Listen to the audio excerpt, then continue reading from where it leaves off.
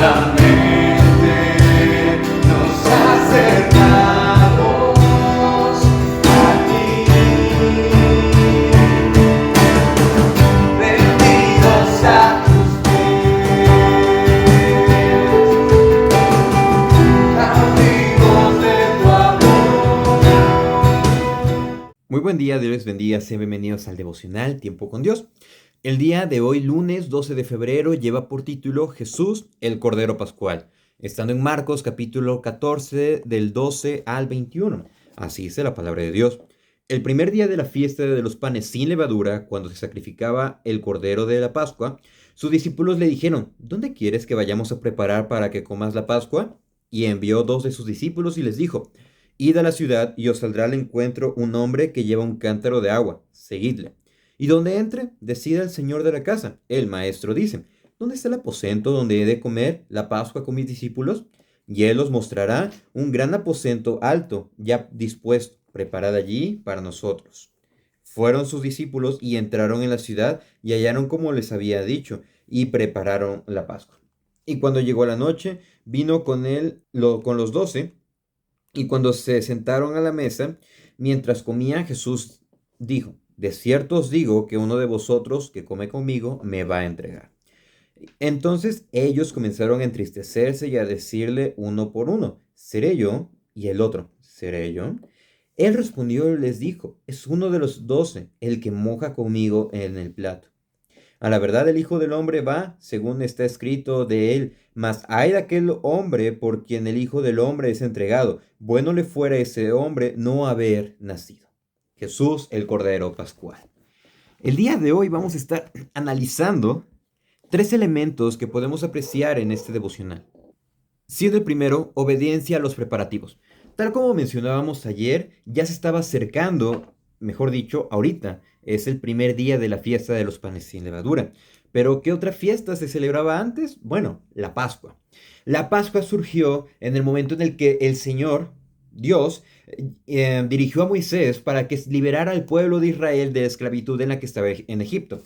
En ese día, en el mes 15 del mes de Nisan, lo que pasó fue que Dios le dio indicaciones a Moisés que tenían que sacrificar un cordero que no tuviera defecto, que no tuviera mancha alguna, que estuviera perfecto, ocupando la palabra, y que se tuviera que sacrificar y que de su sangre debía de cubrir los linteles. Y después de lo que tenían, de la carne, perdón, debían ellos de consumirla. Posterior a ello, debían de preparar algo conocido como los panes sin levadura. Ahorita regresamos a ese momento.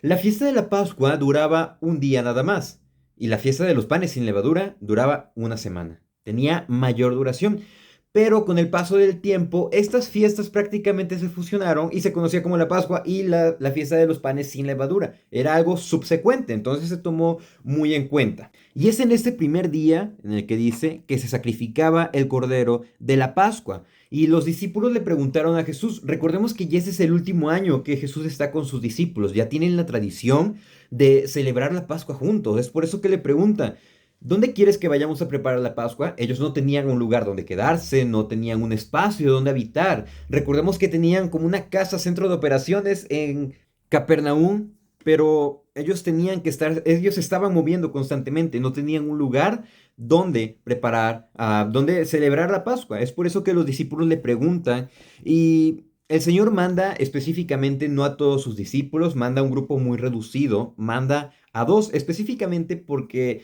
se entiende, y los comentaristas han escrito, que el Señor se estaba cuidando de Judas, porque recordemos el versículo anterior, que Judas buscaba oportunidad para entregarle, buscaba alguna información para revelarle a los sacerdotes y que ellos fuesen a atrapar a Jesús, a prenderlo. Entonces, Lucas 22:8 nos dice que fueron Pedro y Juan los que fueron a preparar la Pascua y que encontraron a una persona, de acuerdo a las indicaciones del Señor, que llevaba un cántaro con agua. Lo siguieron y le dijeron que le plantearon una pregunta: ¿dónde está el aposento donde he de comer la Pascua con mis discípulos? Se entiende, esto no se ha confirmado, los comentaristas especulan que esa persona a la que se llegaron a acercar para preguntarle era un conocido de Jesús, era una amistad o quizá un familiar. Nunca se afirmó esto, nada más es como un simple comentario o especulación y posiblemente podría reforzar el hecho de la familiaridad de la pregunta. Pero recordemos que Jesús era conocido y le tenían respeto y autoridad. Entonces, le prepararon un aposento, un gran aposento alto, y el aposento alto se caracterizaba por ser un espacio aparte de la construcción de la casa. Es prácticamente como si fuera una terraza, tenía ventilación, tenía privacidad y aparte tenía un espacio muy amplio, donde poder, como si fuera una sala de reuniones, una sala de conferencias. Entonces, ellos fueron a preparar la Pascua allí. Y vemos que todo se cumplió al pie de la letra, se cumplió de acuerdo a lo que Jesús les mandó. Ahora regresemos al significado de a lo que mencionaba al principio, al significado de estas dos celebraciones. En el momento de que pasa la Pascua, al momento en ese pasaje, va la última plaga para los egipcios, que es el ángel de la muerte. Y el ángel de la muerte no iba a visitar nada más a los egipcios, también iba a visitar la casa de los israelitas. Entonces, ya sea que llegara a una casa de un egipcio o que pasara a la casa de un israelita, en cualquiera de las dos situaciones iba a haber una víctima. En el caso de los egipcios, los primogénitos. En el caso de los israelitas, un cordero que fue sacrificado. Vemos un sustituto. En vez del primogénito, se sacrificó un cordero y la familia quedó en paz. La familia salió libre. Ahora, ¿por qué los panes sin levadura? Ellos tenían que preparar panes para muchos días porque iban a huir y debían de llevar sustento, debían de llevar alimento. Lo que hace la levadura es que le da sabor. También lo que hace es que lo que nosotros conocemos como los panes que se ven como que infladitos, la levadura hace que los panes tomen ese volumen y también eso hace que sean muy propensos a echarse a perder. Le da sabor, le da textura, por así decirlo, pero también los hace más delicados y los expone a más microorganismos, porque provoca que se fermenten. Ahora, ¿qué nosotros podemos rescatar de eso?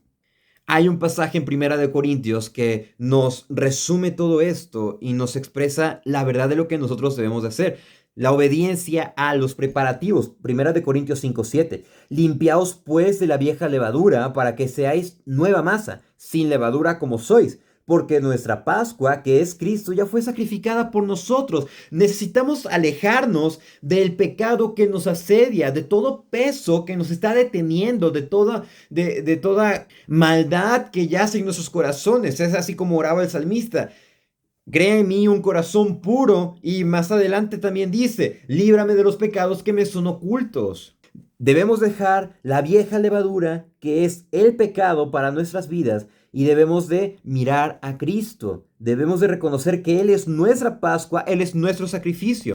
Y Pascua significa pasar por encima. Lo que el ángel de la muerte hizo en ese momento fue pasar por encima de esas casas porque ya había sido efectuado previamente un sacrificio. Y el sacrificio perfecto que nosotros recibimos, por eso ya no efectuamos ninguno en nuestros días, fue el de Cristo. Es por eso que nosotros debemos de tener obediencia a la palabra. Debemos de separarnos del pecado para ser propicios aceptos ante el Señor. Eso nos conduce a nuestro siguiente punto. Es una pregunta. ¿Seré yo? Y vemos un momento cumbre, un momento triste para el Señor, y es cuando se reunieron a la mesa. Marcos va directo hacia este momento y dice que todos se sentaron a la mesa. Todos comían. Y el Señor les dijo, de cierto os digo que uno de ustedes que come conmigo me va a entregar. El Evangelio de Juan es más preciso, bueno, más detallado en esa parte, cuando dice, habiendo dicho Jesús esto, se conmovió en espíritu y declaró y dijo, de cierto os digo que uno de ustedes me va a traicionar. Cuando el Señor ocupaba esta expresión de cierto, estaba denotando que era algo completamente firme, algo completamente importante y muy relevante. Y es por eso que ocupa esta expresión, para que los discípulos no lo tomen a la ligera. Pero vemos que el Señor dice que se conmovió en su espíritu, se entristeció. Y los discípulos definitivamente le creyeron. En el versículo 22 de Juan 13, entonces los discípulos se miraban unos a otros dudando de quién hablaba. Y uno de sus discípulos, el cual Jesús amaba, estaba recostado al lado de Jesús. A este pues hizo señas Simón para que preguntase quién era aquel de quien hablaba. Y vemos que los discípulos se preguntaban, ¿seré yo? En este pasaje no lo dice. Entonces ellos comenzaron a entristecerse y a decirle uno por uno, ¿seré yo? ¿Seré yo? Ellos le creyeron a Jesús y desconfiaban. Ellos sabían que eran unas personas imperfectas, que no tenían suficiente fe, que no le habían creído a las obras del Señor, que debían de aprender más de su maestro. Y es por eso que cuando les dice esto, ellos se entristecen, se alarman y empiezan a preguntar, ¿seré yo? ¿Seré yo? Porque decían, si Jesús lo dice, esto se va a cumplir. Y esta duda que ellos experimentan es una duda muy sana, porque ellos estaban reconociendo que no eran autosuficientes. Ellos estaban reconociendo que definitivamente tenían fallas y que podían fallar. Pero si el Señor les estaba advirtiendo de esto, es porque iba a pasar. Proverbios 3:7 dice, no seas sabio en tu propia opinión, teme a Jehová y apártate del mal. Debemos de limpiarnos de la vieja levadura, debemos de buscar ser aceptos delante de Dios. ¿Pero cómo? ¿Por nuestras obras? No, porque nuestras obras no nos salvan. Incluso los discípulos estaban con su entendimiento entenebrecido, estaban reconociendo que no eran suficientes, que necesitaban definitivamente de Dios. Debemos de acercarnos con humildad, debemos de dejar que el Espíritu Santo haga su obra en nuestros corazones, porque sin Él definitivamente no somos nada. Debemos de reconocer que no es con nuestras fuerzas. Debemos de buscar y de confiar en la obra que Dios está haciendo por nosotros. La obra salvífica que hizo Jesús en la cruz es la que nos da vida eterna y nos ayuda a cada día ser más como Él. Y el tercer punto que vamos a ver es aquel que traicionó. El versículo 20 dice, Él respondiendo les dijo, es uno de los 12, el que moja conmigo en el plato. Les dice específicamente, uno de los 12, de los que está aquí, me va a traicionar. Y vemos que el versículo 21 nos dice, a la verdad el Hijo del Hombre va según está escrito de él, mas ay de aquel hombre por quien el Hijo del Hombre es entregado. Bueno le fuera a este hombre no haber nacido. Ciertamente le estaba hablando de manera directa a Judas. Y vemos que a quien le dio el pan fue a Judas, versículo 26 de Juan 13. Respondiendo Jesús, a quien yo diera el pan mojado, aquel es, y mojando el pan, lo dio a Judas Iscariote, hijo de Simón. En la cultura oriental, el hacer esta muestra, este gesto, el entregar un pedazo de pan remojado en una salsa especial que tenían los judíos, significaba que se le estaba entregando a una persona cercana. Y se le estaba diciendo que se le estimaba mucho.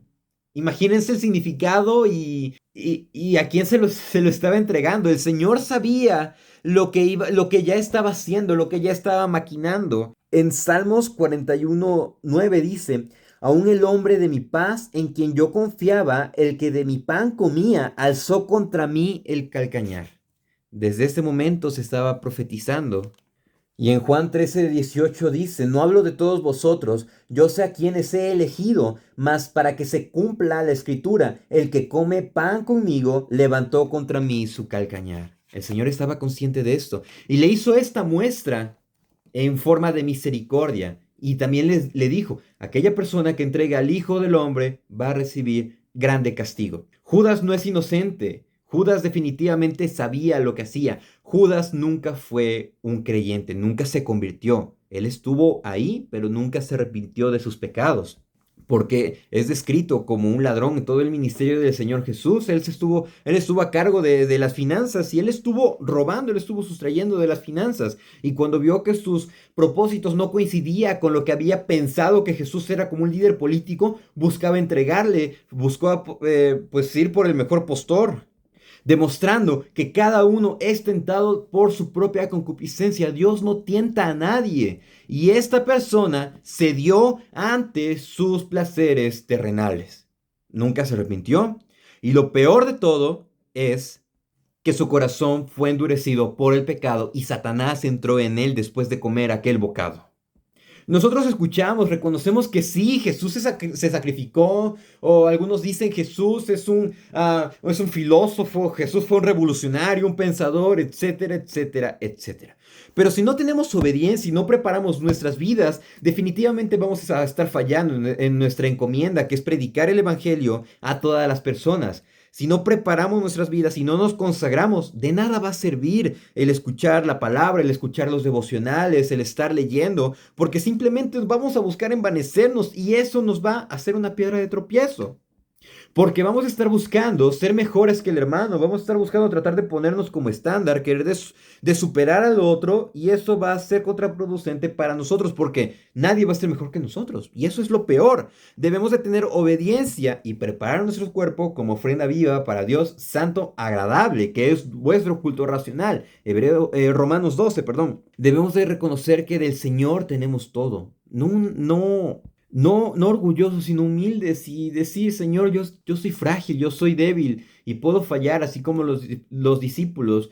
Y ellos reconocían que necesitaban del Señor y preguntan, ¿soy yo? ¿Soy yo? Ellos igual se contristaron y se preocuparon. Esa debe ser nuestra reacción. Si el Señor nos permite ver nuestro pecado, debemos de contristarnos y debemos de arrepentirnos. El Señor nos da una oportunidad el día de hoy.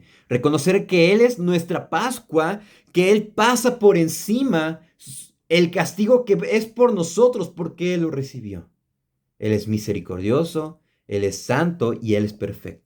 Acerquémonos a Él con nuestro corazón y reconozcamos que estamos necesitados de Él. Muchas gracias por acompañarnos en el devocional del día de hoy. Les invitamos a que puedan compartir estos videos, a que podamos aplicar la enseñanza bíblica y reciban un saludo. Dios les bendiga. Claramente nos acercamos.